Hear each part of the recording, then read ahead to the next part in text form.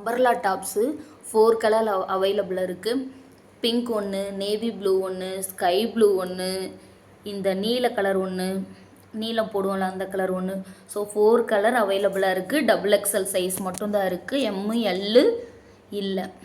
ML XL மூணுமே போச்சு, முடிஞ்சு.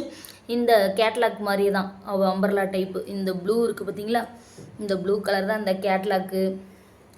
அதுக்கப்புறம் அந்த ink blue, navy blue, pink.